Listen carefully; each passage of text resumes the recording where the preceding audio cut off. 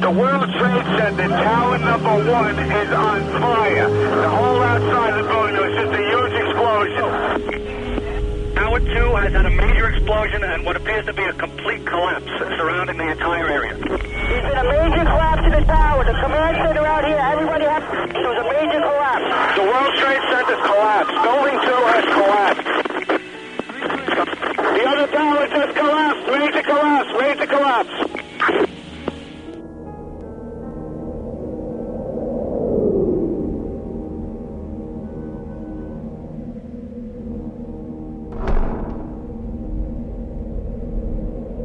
Well, had the building collapsed at 10:45, it would have been shrouded in all of the debris and clouds of the North Tower.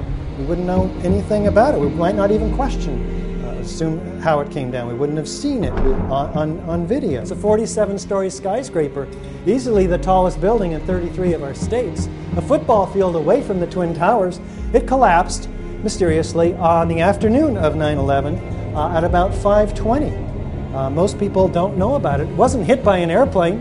It had 8 to 10 fairly small fires and a lot of smoke. Concentrated, curiously enough, on the 12th and 13th floor, that which is occupied by the Securities and Exchange Commission, which lost thousands of files related to hundreds of cases it was actively pursuing against Wall Street companies like Enron.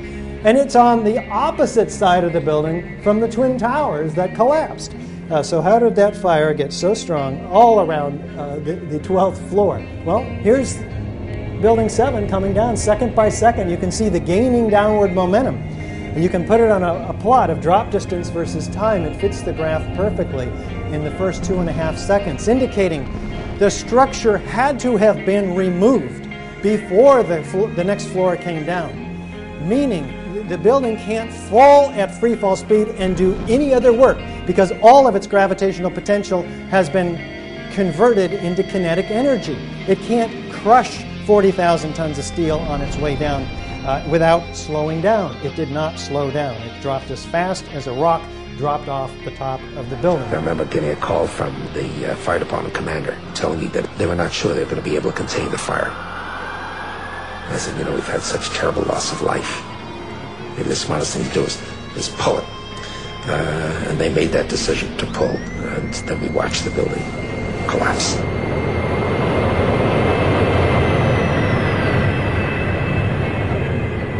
This happened on 9/11. If this came down by explosive controlled demolition, it puts everything into question relative to the collapses of the other two buildings on 9/11. It's part of the same problem. But let's take a quick look at the Twin Towers because the evidence is even far greater. And incredible amounts of pyroclastic-like dust from the pulverized concrete developing even before the gravitational potential has a chance to develop. This is very telling. We have squibs or explosions coming out, but you can see the explosions racing down 30 stories ahead of this supposed kind of pancaking collapse all the way down. Very violent explosions traveling at free fall speed. The debris goes 12 to 1,400 feet, lateral ejection. This is an organic asymmetrical damage to the building from the planes and the fires, and yet we have complete symmetrical displacement of debris filling ground zero. We don't have a explosive demolition starting at the base of the building, but at the point of jet plane impacts, because we want to blame the collapse on the jet planes. So that's where we start the explosiveness. And it is very explosive, as you can see in the photo already. Everything's blowing outside the footprint. It's not an implosion. It's a very different, very explosive event. What we do is we formulate a question. We're going to make a hypothesis from this question after observations are made. We test that hypothesis with experiments. One hypothesis, I think the buildings are brought down by explosives, or I think it's brought down by fire. So we test this with experiments, analyze results, draw conclusions. The hypothesis is either corroborated or it's not. If it's not, we think, try again, get a new hypothesis going. Fires, for instance, destroy buildings very differently than controlled demolitions. They tend to creep from place to place in a building, burning out an area every 20 minutes or so, moving on looking for fresh new fuel sources.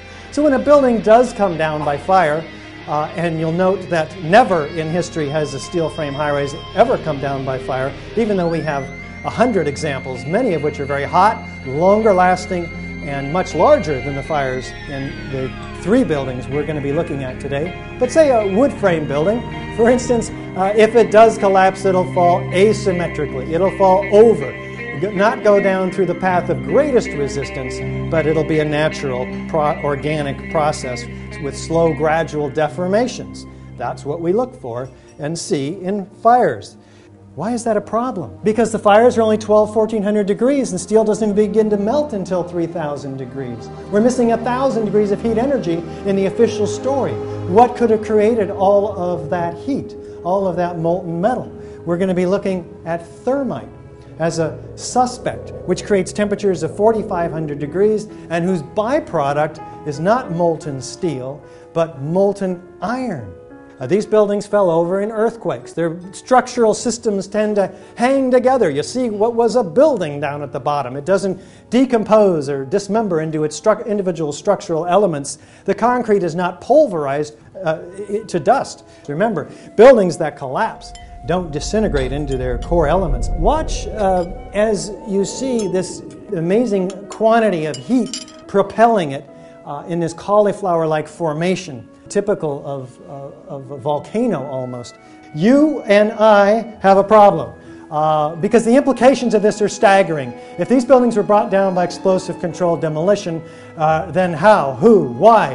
How'd they get away with it? How do you get instant acceleration of 55 miles an hour laterally in order to get 600 feet away? You need some other kind of energy other than a gravitational collapse. So this is a feat that only a handful of companies in the US can accomplish. Extremely high tech, only put out by Los Alamos and Lawrence Livermore Labs very recently. It's not made in a cave in Afghanistan. We're not talking about the same set of individuals anymore. This is extremely high-tech stuff put out by defense contractors. There's not 50 floors found at the bottom of the Twin Towers. There's not 10. There's not even 1 floor. Wouldn't we expect out of 110 floors to find a few at the bottom? This is really quite disturbing. When a pancake can collapse or a column failure theory collapse, either one, we're looking for a series of floors. And the building's tearing itself apart. It's accelerating down through the steel, not decelerating at all. How do we bring a structure down smoothly, symmetrically? We have to take out the core columns on a given floor within about 1/10 of a second of each other. Any deviation in that, the building will begin to tip. And as it tilts, it has angular momentum. We would expect that section to end up on the ground below. And does it? No, it disappears in this cloud of dust, and there's no mangled heap of building on the ground below. It has been dismembered completely.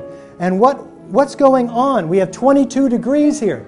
How can a building that's 22 degrees off center drive the rest of the building down at almost free fall speed? Well, it turns out there's an elevator modernization going on the 9 months prior to 9/11. There were workers during those 9 months. They had perfect access to the core structure, and there were plenty of reports of white powder, the protective layer around the elevator hoistways to place the explosives on the core columns and beams.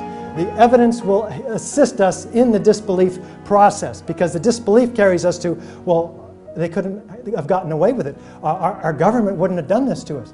Well, we're not saying your government did this to us. We're asking for a new investigation based on the scientific evidence so that we can find out the real facts, so that we can determine who may be responsible and how we bring them to justice. After all, we've lost 1 million lives in Afghanistan and Iraq, which is based on this evidence. If we sit on our butts, nothing will happen, and we'll get what we deserve. What is that? Probably another 9/11 is being planned in order to further consolidate the controls that happened as a result of 9/11, such as the Patriot Act.